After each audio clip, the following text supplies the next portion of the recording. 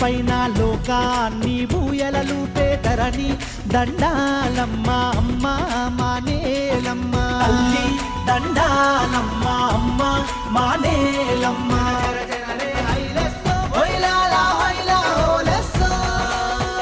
మా ఏరువాకల్లోన నేలమ్మ తల్లి మా చేను చెలకల్లోన నీవమ్మ మా పాడి పంటల తల్లి ఓయమ్మ మా పాడి పంటల తల్లి ఓయమ్మ ఈ పసిడి రాసుల తల్లి నీవమ్మ నేలమ్మ ఓ నేలమ్మ నేలమ్మ నేలమ్మ జుబియాలో జుబియా జుబియాలో నా తల్లి నేలకు దండాలో జుబియాలో జుబియా జుబియాలో నా తల్లి నేలకు దండాలో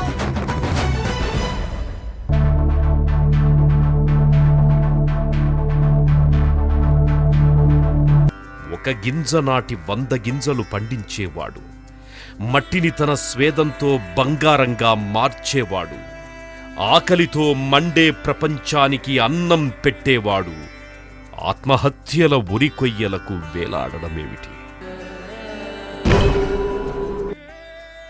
68 ఏళ్ల స్వతంత్ర్య భారతంలో రైతు తప్ప సృజించేవాడు మరెవడైనా ఆత్మహత్య చేసుకున్న దాఖలాలున్నాయా? ఇంత పెద్ద ప్రపంచంలో రోజు ఏదో ఓ మూల అన్నదాత అనాథల నేల కొరుగుతున్నా పట్టించుకోని జాతిని ఏమని పిలవాలి?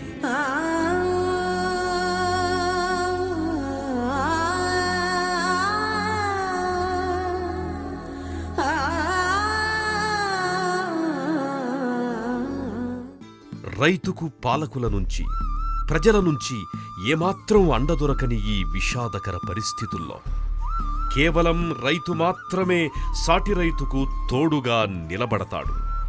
తన అనుభవాల్ని మరో 10 మందికి స్ఫూర్తిగా అందిస్తాడు.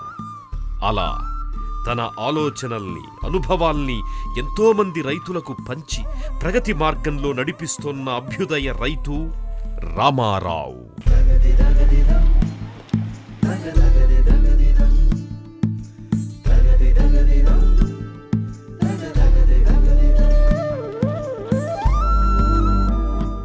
రామారావుతో మాట్లాడుతుంటే మట్టితో మాట్లాడినట్టే ఉంటుంది. తొలకరి చినుకు మట్టిని తాకిన తొలి క్షణం గుప్పున లేచే పరిమళంలా ఉంటుంది. విత్తనం కళ్ల ముందే నేలను చీల్చుకొని పైకి లేచి మనల్ని పలకరించినట్టు తడిగా ఉంటుంది.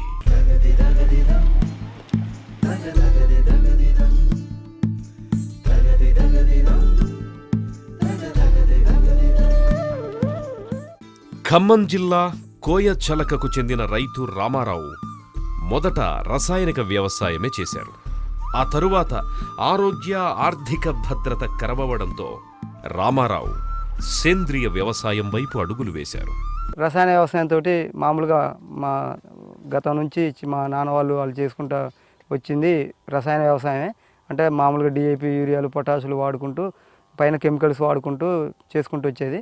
అయితే నేను కూడా ఫస్ట్లో అదే చేసుకుంటూ వచ్చాను.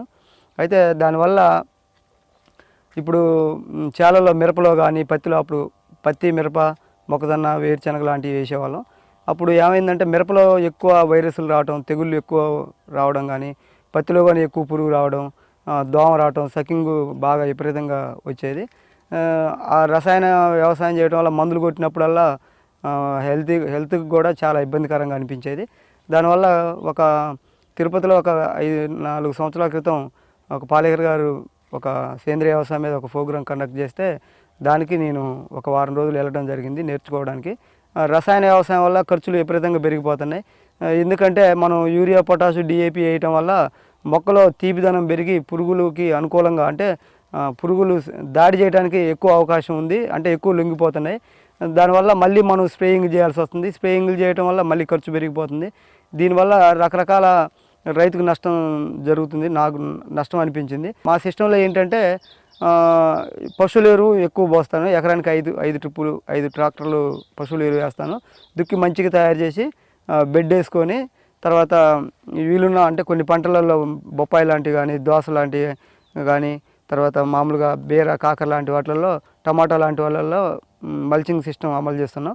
మిగతా అంటే బోడకాకర లాంటి వాటికి అవసరం లేదు, ఎందుకంటే చెట్టు మొత్తం కమ్మిన తర్వాత అది ఆటోమేటిక్గా అది కలుపుని రానివ్వదు. ఆ సిస్టమ్ చేసుకుంటూ మళ్ళీ ప్రతి వారానికి ఒకసారి మేము ఆయిల్స్ అంటే మామూలుగా మనం తీసుకునే ఆయిల్స్నే దాంట్లో ఒక ఎమన్షన్ ఆయిల్ అనేసి కలిపేసి మా ఆయిల్స్ని మొక్కకు పంపించడం జరుగుతుంది. అలాగే పెట్టుబడి కూడా మేము ఇంతకుముందు ప్రతి సంవత్సరం ఒక ఎకరానికి 15 నుంచి 20 కట్టల మందు వాడేవాళ్ళం, విపరీతంగా మందులు వాడేవాళ్ళం. ఇప్పుడు ఏమవుతుందంటే మాకు ఒక వారానికి 2 లీటర్ల ఆయిల్, 1 లీటర్ ఆయిల్ స్ప్రే చేయడానికి, ఒక హాఫ్ లీటర్ ఆయిల్ స్ప్రే చేయడానికి అవుతుంది. అంటే 2.5 లీటర్లు అవుతుంది. యావరేజ్ని చూసుకున్నా ఒక 500. నెల మీద 4 సార్లు ఇది వాడుకుంటే ఒక 2000తో ఒక పంటని మనం తీయడానికి అవకాశం ఉంది. అంటే 2000 అంటే ఒక 3 నెలలు 4 నెలల్లో మొత్తం మీద ఒక 10,000 తోటి మనం పంటను తీసుకోవడానికి అవకాశం ఉందన్నమాట దీంట్లో. అదే మనం డ్రిప్ ఫర్టిలైజర్ కానీ లేకపోతే మామూలుగా డిఏపి యూరియాలు వేయటం వల్ల ఎక్కువ ఖర్చు వస్తుంది. దీనివల్ల ఖర్చు తగ్గిపోతుంది. అలాగే రోగాలు కూడా మొక్కకు వచ్చే ముడతలు కానీ వైరస్లు కానీ బాగా తగ్గడానికి అవకాశం ఉంది. అంటే గత 3 సంవత్సరాల నుంచి ఈ విధానం పాటిస్తున్నాం. దానివల్ల చాలా వరకు తగ్గిపోయింది. అంటే ఇంకా 4-5 నెలల్లో కంప్లీట్గా 100% సేంద్రియంలోకి వద్దామనే ఆలోచనతో అన్నీ ఏర్పాటు చేసుకుంటున్నాం. రామారావు కూరగాయల సాగు ద్వారా తన సేద్యాన్ని లాభసాటిగా మార్చుకున్నారు. కూరగాయల రైతులకు మంచి ఆదాయాన్నందించే ఆగాకరకాయలో రామారావు అద్భుతమైన దిగుబడులు సాధిస్తున్నారు. మేము గత 4 సంవత్సరాల నుండి మేము ఈ ఆగాకర సాగు మొదలుపెట్టాం. అయితే ఫస్ట్లో ఈ విత్తనాలు ఎక్కడ దొరికేవి కావు. అయితే మేము అక్కడ రాజమండ్రి దగ్గర ఒక విలేజ్లో కొంచెం అంటే ఒక 1/4 ఎకరాన్ని తీసుకొచ్చి దాన్ని డెవలప్ చేసుకుంటూ వచ్చాం. గింజలతోనే డెవలప్ చేసుకుంటూ వచ్చాం. అయితే ఇదేంటంటే ఇది మామూలుగా ఏప్రిల్ లాస్ట్లో మే ఫస్ట్ వీక్లో వేసే పంట ఇది. అంటే తొలకరిలో ఇది మొలుస్తుంటుంది ఇది. అయితే జూన్ జూలై లాస్ట్ నుంచి కాయలు కోతకు వస్తుంటాయి. అయితే ఇది ఏంటంటే ఇది మామూలుగా అడవులలో పండే పంట ఇది. మార్కెట్లో కూడా ఇది ఎక్కువ రైతులు పండించడానికి ఇబ్బంది అవుతుంది కాబట్టి విత్తనాలు దొరికినా కానీ దాని సాగు విధానాలు తెలియక ఇబ్బంది అవుతుంది కాబట్టి ఇది మార్కెట్లో మంచి డిమాండ్ ఉంటుంది. ఇప్పుడు ఫస్ట్లో స్టార్టింగ్లో ఈ సంవత్సరం 280 రూపాయలు కిలో ఖమ్మం మార్కెట్లో అమ్మింది. అయితే ఇప్పుడు వచ్చేసి 60 రూపాయలు 70 రూపాయలు అట్లా హోల్సేల్ మార్కెట్లో 60 రూపాయలు అమ్ముతుంది ఇప్పుడు. అయితే ఇది ఏంటంటే కూర ఆహారం ఆరోగ్యంగా ఉండటమే కాకుండా ప్లస్ దిగుబడి కూడా ఎకరానికి ఒక 30 క్వింటాలు 40 క్వింటాలు మంచి సాగు చేస్తే వస్తుంది. అయితే దీన్ని మేము ఈ సంవత్సరం అంటే ప్రతి సంవత్సరం డెవలప్ చేసుకుంటూ ఆ విత్తనాన్ని ఇప్పుడు 2.5 ఎకరాల్లో సాగు చేస్తున్నాం. మాకు దీని మీద ఎంత లేదన్నా ఖర్చులన్నీ పోను కూడా ఎకరానికి 1,50,000 రూపాయలు మిగులుతాయండి, ప్రతి సంవత్సరం మిగులుతాయి. మీరు చూస్తున్న స్ప్రింక్లర్ కూడా అంటే ఇది మొలవటం చాలా ఇబ్బంది ఉంది దీంట్లో. ఈ పంట పండించేటప్పుడు ఏమైందంటే మొలిపీయటం చాలా కష్టమైన పని. ఇది ఒక 100 గింజలు పెడితే దీంట్లో ఒక 30% 40% మొలుస్తాయి. మళ్ళీ దాంట్లో కూడా ఎక్కువ మొగ మొక్కలే ఉంటాయి. ప్లస్ ఇంకోటి ఏంటంటే వర్షాలు కనుక లేట్ అయ్యి ఏమన్నా అట్లా వర్షాలు కనుక లేట్ అయితే కనుక మొలవటం చాలా లేట్ అవుతుంటుంది. ఇది మళ్ళీ అక్టోబర్ నవంబర్ డిసెంబర్ వరకు, నవంబర్ లాస్ట్ వరకు ఇది పంట వస్తుంది. తర్వాత ఇది నిద్రావస్థలోకి వెళ్ళిపోతుంటుంది. అయితే దీన్ని కొత్తగా వేసే రైతులు బండి వేయాలంటే కనుక అంటే కొంత విత్తనాలు తీసుకొని కొంచెం డెవలప్ చేసుకుంటూ పోవటమే మంచి పద్ధతి ఇది. అయితే మేము ఈ సంవత్సరం ఏం చేసామంటే మాకు లాస్ట్ ఇయర్ వర్షాలు సరిగా పడక మాకు ఎప్పుడో జూన్ లాస్ట్లో జూలైలో అట్లా పలసగా మొలిచినాయి. ఆ సిస్టాన్ని వర్షం కృత్రిమంగా కురిపించడం కోసం ఈ స్ప్రింక్లర్ని మామూలుగా భూమి మీద ఉండే స్ప్రింక్లర్ని పైన డ్రిప్ సిస్టమ్ అంతా ఏర్పాటు చేసి ఈ స్ప్రింక్లర్ ద్వారా ఈ సంవత్సరం మొలిపించడం జరిగింది. దానివల్ల ఏమందంటే జూన్లోనే మాకు మే లాస్ట్ వరకు మొలవటం జరిగింది. జూలై 2nd వీక్ నుంచి మాకు కాయలు స్టార్ట్ అయినాయి. అందుకోసం ఏంటంటే రైతులు కొత్తగా వేసేవాళ్ళు తప్పకుండా కొద్ది మొత్తంలో దాన్ని ప్రయత్నం చేసుకుంటా వస్తే ఇది మంచి మార్కెట్ బాగా ఉంది. దీనికి మేమేం చేస్తామంటే మామూలుగా దీనికి కంప్లీట్గా ఆయిల్స్ ఇస్తున్నాం అండి. దీనికి ఈ పంటలో 1 గ్రాము కూడా యూరియా కానీ డిఏపి కానీ ఇవ్వట్లేదు, కంప్లీట్గా బంద్ చేసాం. అంటే మామూలుగా ప్రతి వారం ఆయిల్స్ ఇవ్వడం, తర్వాత పైన స్ప్రేయింగ్లుగా మామూలుగా ఇవి ఆయిల్స్ స్ప్రే చేస్తున్నాం. అంటే మాకు దిగుబడులు కూడా పర్లేదు. అంటే రసాయనం కంటే ఎక్కువ కాదు కానీ దాదాపు సమానంగా మాకు దిగుబడులు వస్తున్నాయి. తినే కస్టమర్ అయితే ఆరోగ్యంగా ఉండాలనే ఉద్దేశం కూడా మాకుంది. మేము చేయటంలో కాన్సెప్ట్ కూడా అదే. కూరగాయల్లో టొమాటో పంట ఒక్కోసారి రైతును పైకి లేపి మరోసారి అమాంతం కింద పడిస్తుంది. దీనిని ఎప్పుడు ఎలా సాగు చేయాలో తెలుసుకుంటే రైతులు టొమాటోలో మంచి దిగుబడి సాధించవచ్చు అంటారు రామారావు. అంటే ఒక 5-6 సంవత్సరాల నుంచి టమాటా సాగు చేస్తున్నామండి. అయితే మామూలుగా భూమి మీద వేసేవాళ్ళం, మామూలుగా అంటే మామూలు పద్ధతిలో సాధారణంగా అందరూ రైతులు చేసే విధంగా చేసేవాళ్ళం.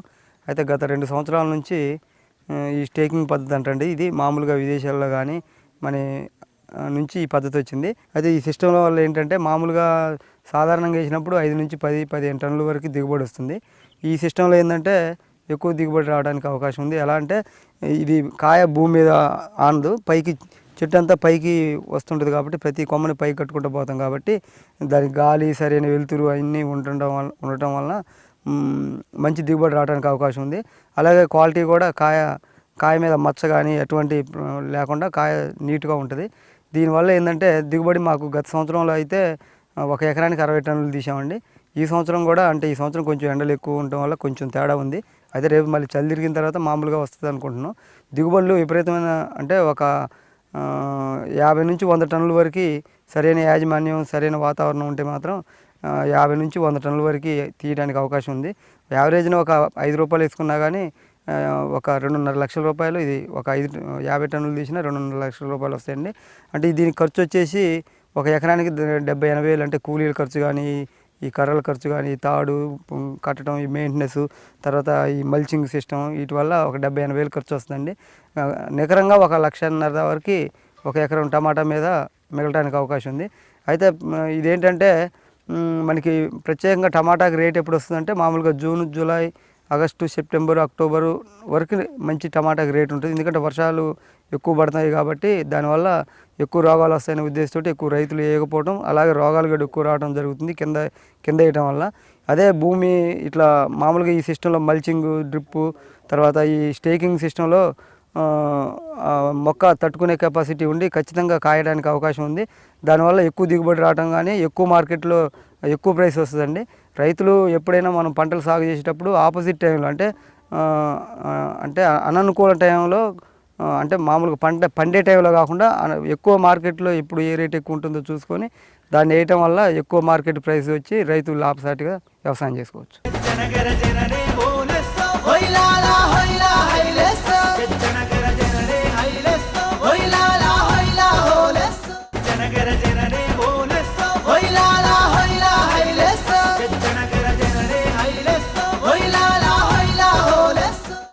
రైతు సొంత విత్తనం వృద్ధి చేసుకోగలిగితే కంపెనీల దయాదాక్షిణ్యాల మీద ఆధారపడాల్సిన అవసరం లేదు. రైతులు ఇవాళ సొంత విత్తనాన్ని వదిలి హైబ్రిడ్ విత్తనాల కోసం పరుగులు పెడుతున్నారు. ఇది పరోక్షంగా రైతులు ప్రమాదంలోకి నెడుతుందంటున్నారు రామారావు. రైతులకు ప్రధానమైన సమస్య ఏంటంటే విత్తనాలు.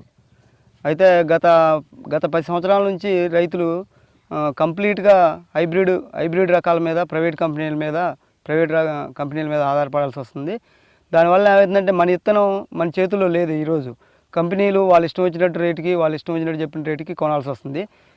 ప్రధానమైన సమస్య ఏంటంటే హైబ్రిడ్కి నాటుకి ప్రధానమైన సమస్య ఏంటంటే హైబ్రిడ్ వాడటం వలన ఇప్పుడు ఐసీయూలో పెట్టిన పేషెంట్ని ఎట్లా జాగ్రత్త చూసుకోవాలి ఒక డాక్టర్ గారు, మరి పంటను కూడా హైబ్రిడ్ టమాటా వేయనియండి, హైబ్రిడ్ మిరప వేయనియండి, హైబ్రిడ్ ఏ పంట పత్తి వేయనియండి, దాన్ని ప్రతి క్షణం కాపాడుకుంటూ ఉండాల్సి వస్తుంది. ఆ మొక్క పద్ధతి ఏంటంటే అది వేసిన దగ్గర నుంచి విపరీతమైన ఆహారం తీసుకుంటుంది మొక్క. అది విపరీతమైన ఆహారం తీసుకోవడం వల్లనే అది ఎక్కువ పంట రావడానికి అవకాశం ఉంది. విపరీతమైన ఆహారం కోసం ఏంటంటే రైతులు విపరీతమైన కెమికల్ వాడటం వల్ల విపరీతంగా దానికి రోగనిరోధక శక్తి తక్కువ ఉండటం వల్ల దానికి ఎక్కువ స్ప్రేయింగ్లు చేయడం వల్ల ఈ సమస్య అంతా రావడం జరుగుతుంది. అదే నాటు రకాలు, అదే దేశవాళీ రకాలలో మొక్క మామూలు కొంచెం ఆహారం తీసుకునైనా మామూలుగా పంట ఇస్తుంది. మేము గత సంవత్సరంలో మేము దేశవాళీ అంటే నల్లగొండలో ఎక్కువ ఫేమస్ అయిన దేశవాళీ దోసకాయ రకం, అంటే వెనకట జొన్న చాలల్లో పెట్టే దోస రకం, అది మామూలుగా అది నిల్వ సామర్థ్యం చాలా ఎక్కువ ఎన్ని రోజులు అంటే కనీసం 7-8 నెలలు కూడా వెనకట మామూలుగా పైన ఇంట్లో కట్టుకుని ఎండాకాలం వచ్చిన తర్వాత తినేవాళ్ళు అనమాట. ఆ రకాన్ని మేము తీసుకొచ్చి లాస్ట్ ఇయర్ మేము వేస్తే కనీసం 16 నుంచి 17 టన్నులు 1 ఎకరానికి తీసాం. అంటే ఇప్పుడు హైబ్రిడ్ కనుక మనం మల్చింగ్ వేసి డ్రిప్ వేసి ఒక సిస్టమేటిక్గా చేయగలిగితే దేశవాళీ రకాల్లో విపరీతమైన దిగుబడులు రావడానికి అవకాశం ఉంది. దానివల్ల ఏంటంటే తినే వాళ్ళకు కూడా ఈ హైబ్రిడ్ తినటం వల్ల ఇది ఎక్కువ మందులు కొట్టాయి, ఎక్కువ మందులు కొట్టడం వల్ల కొన్ని మందులు కనీసం 15-20 రోజులు నెల రోజులు కూడా పనిచేసే మందులు ఈరోజు మార్కెట్లో ఉన్నాయి. అది రైతు ఏం చేస్తారంటే పంటకి చీడ పట్టిందని పురుగు పట్టిందని ఆ మందు వాడి ఒక రోజుకో 2 రోజులకో తీసుకొచ్చి మార్కెట్లో ఇవ్వటం వల్ల అది తిన్న వినియోగదారులు ఈరోజు ఇవాళ మామూలుగా మొన్న ప్రపంచ హెల్త్ ఆర్గనైజేషన్ వాళ్ళు చెప్పిన లెక్కల ప్రకారం ప్రపంచంలో ఉన్న జనాభా మొత్తంలో 90% మంది అనారోగ్యంతో బాధపడుతున్నారు, ఏదో ఒక జబ్బుతో బాధపడుతున్నారు. అయితే మన రాష్ట్రంలో చూసుకుంటే, మన తెలుగు రాష్ట్రాల్లో చూసుకుంటే ఇప్పుడు అంటే భారతదేశంలో లాస్ట్ సంవత్సరం 4.5 లక్షల మంది క్యాన్సర్తో చనిపోయారు. రాబోయే దశాబ్దంలో ప్రతి ముగ్గురులో ఒకరు షుగర్ రావడానికి అవకాశం ఉందని మొన్న ప్రపంచ బ్యాంకు చెప్పింది. అంటే ఈ పరిస్థితి అన్నిటికీ కారణం ఏంటంటే హైబ్రిడ్ అని నేను అంటున్నా. 100% హైబ్రిడ్ తినటం వల్లనే ఈ జబ్బులన్నీ కారణం. అంటే ఆ హైబ్రిడ్ ఫుడ్ మన బాడీకి సెట్ కావట్లేదని నేను అనుకుంటున్నా, నా పర్సనల్ అభిప్రాయం. అది సెట్ కాకనే లేకపోతే షుగర్ రావటం ఏంది. రైతు ఆరుగాలం శ్రమించి పంట పండిస్తే చివరికి దళారుల చేతిలో మోసపోతున్నాడు. దీని నుంచి రైతు బయటపడాలంటే స్వంతంగా మార్కెటింగ్ వ్యవస్థను ఏర్పాటు చేసుకోవాల్సి ఉంటుంది. రైతు దగ్గర 5 రూపాయలు కొనే టమాటాని కస్టమర్ కాడికి వచ్చేసరికి 20 రూపాయలు అవుతుంది. అంటే ఈ 15 రూపాయలు మధ్య దళారు తింటున్నా. అంటే సంవత్సరం మొత్తం ఎండనక వాననక ఎన్ని కష్టాలు పడి పండించిన రైతుకి దక్కకుండా 15 రూపాయలు దళారికి దక్కి 5 రూపాయలకు రైతు దక్కింది. ఈ 5 రూపాయల్లోనే రైతు కూలీలని, మందులని, పెట్టుబడులని అన్నీ తీసుకోవడం వల్ల రైతుకి గిట్టుబాటు కావట్లేదు. ప్రధానమైన నష్టం జరిగేది మొత్తం మార్కెటింగ్లోనే.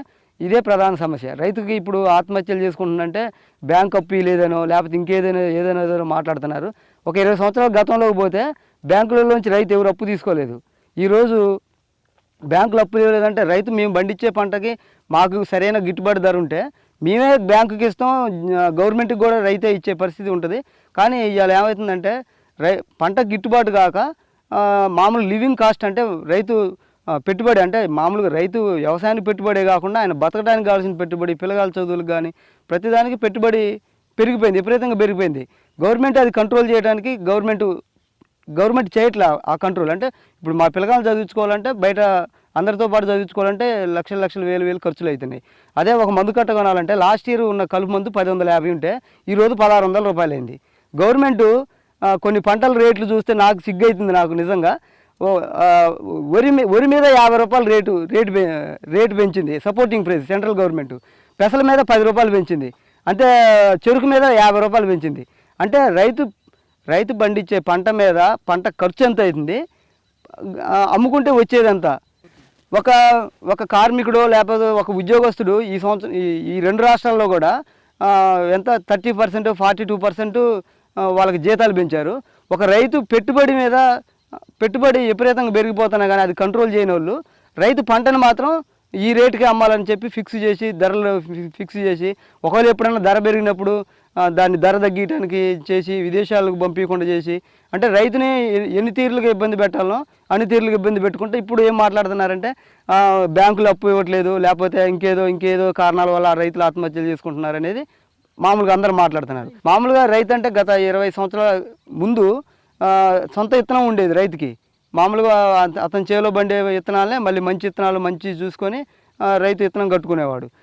ఇప్పుడు ఏమవుతుందంటే ఒక రైతు 10 ఎకరాల రైతు వ్యవసాయం స్టార్ట్ చేయాలంటే కనీసం మినిమం 1 లక్ష రూపాయలు లేనిది వ్యవసాయం అసలుకి స్టార్ట్ కాని పరిస్థితి వచ్చింది. ఏమైందంటే మా సొంతంగా విత్తనాలు, సొంతంగా మామూలుగా పశువుల ఎరువు, మామూలుగా మా సొంత పనులు చేసుకునే రైతు ఈరోజు విత్తనాలు కానించి మందులు కానించి ప్రతిదీ కొనుక్కొచ్చి పెట్టడం వల్ల రైతులకు ఎక్కువ నష్టపోవడం జరుగుతుంది. అదే ప్రధానంగా రైతులు పెట్టుబడి పెరిగి గిట్టుబాటు ధర కాక రైతులు నష్టాలు వస్తున్నాయి. ఈ నష్టాలు పోవాలంటే సరైన ధర కల్పించాలి. లేకపోతే ప్రభుత్వమే మొత్తం పంటను కొని వినియోగదారుడు డైరెక్ట్గా ఇచ్చే ఏర్పాటుని అట్లా చేయగలిగితే తప్ప ఈ సమస్యకి పరిష్కారం లేదు. రసాయనిక వ్యవసాయం వల్ల అన్ని రకాలుగా నష్టపోయిన రామారావు సేంద్రియ వ్యవసాయంలో చాలా ప్రయోగాలు చేస్తున్నారు. ఇందులో భాగంగా ఆయిల్స్ ట్రీట్మెంట్ని తన క్షేత్రంలో ఉపయోగిస్తున్నారు. మాకు సొంతంగా 12 ఎకరాలు ఉంది. దాంతోపాటు ఒక 7 ఎకరాలు కౌలుకు తీసుకొని చేస్తాను. దాంట్లో మేము కంప్లీట్గా గతంలో మామూలుగా రసాయన వ్యవసాయం చేసేవాళ్ళం. ఇప్పుడు ఒక 3 ఇయర్స్ నుంచి మేము సంగారెడ్డిలో పొన్నుసామి గారు అని ఒక ఆదర్శ రైతు ఉన్నారు. ఆయన గారు ఈ సిస్టాన్ని కనిపెట్టారంటే ఒక మనిషికి ఒక దెబ్బ తగిలితే రక్తం ఎట్లా ఎక్కిస్తారో ఏ మొక్కకు కావాల్సిన ఆహారం అదే మొక్క గింజల్లో తయారు చేసి పెట్టుకుంటుంది. కాబట్టి దాన్నే ఆయిల్ని తీసేసి దాన్ని డెల్యూట్ చేసి అదే మొక్కకి ఇచ్చేస్తే మొక్క కష్టపడకుండా డైరెక్ట్గా ఆహారం తీసుకోవడానికి అవకాశం ఉంది అనే విధానాన్ని ఆయన కనిపెట్టారు. దాన్ని మేము గత 3 సంవత్సరాల నుంచి మేము దాన్ని ఫాలో అవుతున్నాం. దీనివల్ల ఏమవుతుందంటే రైతుకు పెట్టుబడులు తగ్గటమే కాకుండా పంటలు కూడా మంచి దిగుబడులు రావటం, అలాగే రోగనిరోధక శక్తి ఉండటం, మళ్ళీ కాయ సామర్థ్యం ఉండటం, అంటే కాయ నిల్వ సామర్థ్యం ఉండటం, దిగుబడులు ఎక్కువ రావటం లాంటివి జరుగుతున్నాయి. అందువల్లనే మేము ఆయిల్ వ్యవసాయం చేయడం జరుగుతుంది. అలాగే దీంతోపాటు మేము కొంతమంది రైతులకి నిమ్మలో దానిమ్మలో కొంత ప్రయోగం చేపించడం జరిగింది. నిమ్మలో డబుల్ దిగుబడి వచ్చింది. 1 గ్రాము మందు వేయకుండా నిమ్మలో డబుల్ దిగుబడి వచ్చింది. దానిమ్మలో కూడా ఈ సంవత్సరం స్టార్ట్ చేసాం. దానిమ్మలో కూడా మంచి దిగుబడి వస్తుంది, బాగుంది. మామూలు రసాయన వ్యవసాయం కంటే పాలేకర్ గారి సిస్టమ్ కంటే కూడా ఇది బాగుంది అంటున్నారు. అయితే పాలేకర్ గారి సిస్టమ్కి వెళ్ళే ముందు అంటే అది ఒక 3 ఇయర్స్ ఆగాలి. కాబట్టి అంటే సరైన దిగుబడులు రావడానికి 3 సంవత్సరాలు ఆగాల్సి వస్తుంది. ఆ దిగుబడులు వచ్చేదాకా రైతు ఖర్చులు ఇవన్నీ తక్కువ కాబట్టి సేంద్రియ వ్యవసాయంలో పాలేకర్ గారి సిస్టంలోకి పోయే వాళ్ళు ఖచ్చితంగా ఈ ఆయిల్ సిస్టంలోకి పోయి ఆయిల్ సిస్టమ్ ద్వారా భూమిని కానీ మామూలుగా రైతు ఆదాయాన్ని నిలకడగా ఉంచుకొని తర్వాత కంప్లీట్గా దాన్ని చేసుకుంటూ పోతే మాత్రం అద్భుతమైన దిగుబడి వస్తాయి. మా చాలా కూడా విపరీతమైన వానపాములు ఉన్నాయి, మీకు చూపెడతాం. నేను విపరీతమైన వానపాములు, లక్షల కోట్ల వానపాములు విపరీతంగా ఉన్నాయి. అంటే ఆయిల్ వాడటం వల్ల ఈ ఆయిల్ కూడా వానపాముకి మంచి ఆహారం. ఇది దానివల్ల భూమి కూడా మెత్తబడి అంటే గుల్లబారి మంచి దిగుబడులు రావడానికి అవకాశం ఉంది. ఆధునిక వ్యవసాయ పద్ధతులను అవపోసన పట్టిన రామారావు చేస్తోన్న ప్రయత్నాలు ఎంతోమంది రైతులకు స్ఫూర్తిగా నిలుస్తున్నాయి. ప్రతి రైతు ఇదే పద్ధతిలో వ్యవసాయం చేయగలిగితే స్వయం సమృద్ధంగా తయారై అన్నదాత ఎవరి దయాదాక్షిణ్యాలపై ఆధారపడాల్సిన అవసరం ఉండదు. ఆ రోజు మనకు చాలా దగ్గరలోనే ఉండాలని, రైతు పెదాలపై చిరునవ్వు కలకాలం నిలవాలని కోరుకుందాం. జనగర జననే ఓలెస్సో హొయిలాలా హొయిలా హైలెస్సో